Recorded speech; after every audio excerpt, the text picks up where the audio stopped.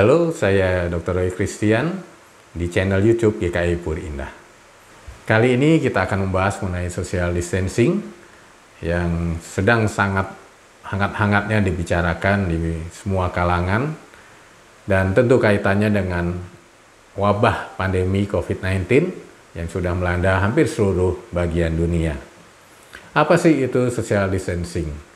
Ya, mungkin dalam bahasa Indonesianya kita sebut sebagai menjaga jarak sosial.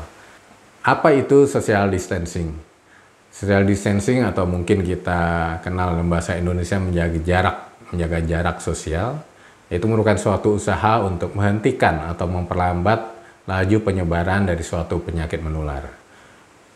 Tujuannya adalah untuk mengurangi angka penyebaran atau transmisi penyakit tersebut, dan juga untuk menurunkan angka kesakitan dan terutama tentunya akhirnya untuk menurunkan angka kematian dari penyakit tersebut. Kapan sih mulai dikenal atau mulai dilakukan adanya social distancing itu? Social distancing ini pertama kali dikenal pada saat terjadi pandemi atau wabah flu Spanyol pada awal-awal tahun 1900-an yang juga melanda hampir seluruh bagian dunia, yang mengenai hampir sekitar 500 juta jiwa dan dengan korban sekitar 100 juta orang yang meninggal akibat penyakit tersebut. Pada saat itu terjadi wabah juga di Amerika yang pada saat itu kemudian dilakukan di salah satu kota San Luis, di mana mereka mulai menerapkan yang kita kenal sebagai social distancing pada saat ini. Hal itu mereka lakukan karena beberapa hari sebelumnya terjadi wabah dengan peningkatan angka kematian dan kesakitan yang luar biasa di kota Philadelphia di Amerika juga. Nah, sebenarnya apa sih tujuan dari social distancing itu sendiri? Social distancing ini bertujuan untuk mengurangi dan memperlambat laju penyebaran dari penyakit menular ini. Dan pada saat ini tentu COVID-19 yang sedang menjadi wabah di dunia. Nah, bagaimana tujuan kita mengurangi penyebaran ini? Kita bisa lihat di gambar ini, ya. Jadi kalau tanpa kita lakukan pencegahan laju penularan penyakit tersebut, maka kurva yang terjadi akan menjadi tinggi, ya. Jadi terjadi peningkatan angka kesakitan yang cepat dan dengan angka yang meningkat tajam. Sedangkan kalau kita lakukan pencegahan atau memperlambat penularan dari penyakit ini, maka kita akan bisa melandaikan kurva tersebut, sehingga peningkatan orang-orang yang sakit dan juga kematian akan tidak begitu tajam, sehingga itu bisa mengurangi laju penularan dari penyakit tersebut. Lalu kenapa sih kita perlu untuk memperlambat laju penyebaran penyakit COVID-19 ini? Karena melihat dari berbagai negara yang juga dilanda, ya banyak negara juga kewalahan, ya, dalam hal ini rumah sakit atau pelayanan kesehatan yang ada itu tidak sanggup, ya, untuk menghadapi peningkatan jumlah dari pasien COVID-19 ini yang meningkat dengan sangat tajam. Kita tahu di berita-berita bahwa rumah sakit di berbagai negara juga sudah dipenuhi dengan pasien-pasien ini dan seringkali sudah tidak sanggup untuk menampung lagi dan menangani pasien-pasien yang terus bertambah dengan luar biasa. Nah, dengan adanya kita lakukan perlambatan dari penyebaran penyakit ini, maka diharapkan pelayanan kesehatan atau rumah sakit yang ada tidak dibebani dengan beban yang berlebihan di luar kapasitas mereka. Sehingga tentunya dengan jumlah pasien yang tidak terlalu banyak, maka rumah sakit dan badan layanan kesehatan yang ada bisa lebih baik untuk menangani dan mengobati pasien-pasien dengan penyakit ini. Dan pada akhirnya ujungnya akhirnya bisa menurunkan angka kematian dari pasien-pasien dengan penyakit COVID-19 ini.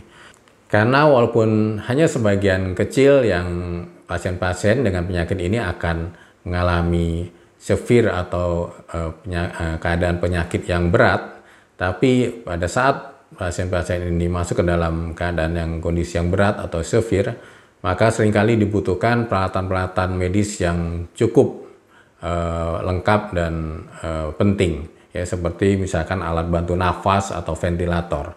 Karena sebagian pasien-pasien yang masuk ke kondisi berat ini akan membutuhkan alat ini karena mereka akan mengalami gangguan nafas, bahkan gagal nafas. Lalu apalagi manfaat dari kita mengurangi laju penyebaran penyakit COVID-19 ini? Selain mengurangi beban dari rumah sakit yang ada, yaitu untuk memberikan waktu bagi penemuan-penemuan untuk antivirus dan juga vaksin, ya, sehingga dengan adanya antivirus yang akan kita temukan dan juga vaksin-vaksin itu bisa memberikan perlindungan dan kesembuhan yang lebih besar kepada pasien-pasien dan juga masyarakat. Lalu langkah-langkah apa atau cara-cara apa yang kita lakukan untuk melaksanakan social distancing ini?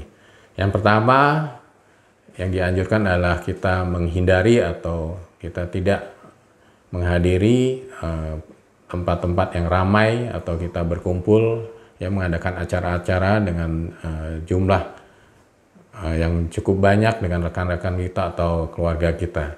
Kita kurangi untuk keluar dari rumah kita stay atau tetap berada di rumah supaya baik kita ataupun orang lain, kita tidak tahu siapa yang akan menularkan, tapi kita menjaga diri kita dan juga orang lain untuk tidak saling tertular dari penyakit ini. Lalu yang kedua, bagaimana bila kita memang harus pergi keluar rumah karena ada suatu keperluan tertentu. Entah kita harus ke rumah sakit atau kita membeli kebutuhan yang memang sangat kita butuhkan. Maka bila kita harus keluar rumah, maka kita perlu ingat untuk menjaga jarak, ya, social distancing ini, ya, menjaga jarak dengan orang lain. Kurang lebih sejauh 1–1,5 meter. Kenapa? Karena pada saat bila seseorang batuk atau bersin, maka akan keluar cairan tubuh yang bisa mencapai jarak sekitar 1–1,5 meter. Nah, untuk itu kita disarankan untuk menjaga jarak itu supaya kalaupun ada orang yang batuk atau bersin di dekat kita, kita tidak terkena olehnya. Nah, ada hal yang ingin saya sampaikan untuk mindset kita bersama, bahwa kali ini dalam hal menjaga kesehatan diri kita, dengan adanya pandemi COVID-19 ini, kesehatan diri kita masing-masing tidak tergantung hanya pada bagaimana kita masing-masing menjaga kesehatan secara individu per individu. Tetapi pandemi ini membuat kita harus menyadari bahwa kesehatan kita satu sama lain sangat dipengaruhi oleh bagaimana kita semua secara bersama-sama untuk menjaga dan melakukan hal-hal yang memang kita perlukan untuk menjaga kesehatan kita bersama. Jadi jika hanya beberapa orang yang melakukan social distancing ini sedangkan yang lain tidak, ya misalkan di rumah kita, ada keluarga kita yang di rumah untuk menjaga tetap di rumah, tapi ada mungkin kita atau salah satu anggota keluarga yang lain yang tidak melakukan ini dengan baik, maka kita bisa saja tertular di luar, kemudian kita membawa virus atau penyakit ini ke keluarga kita atau orang-orang yang ada di rumah kita. Demikian juga dengan orang lain.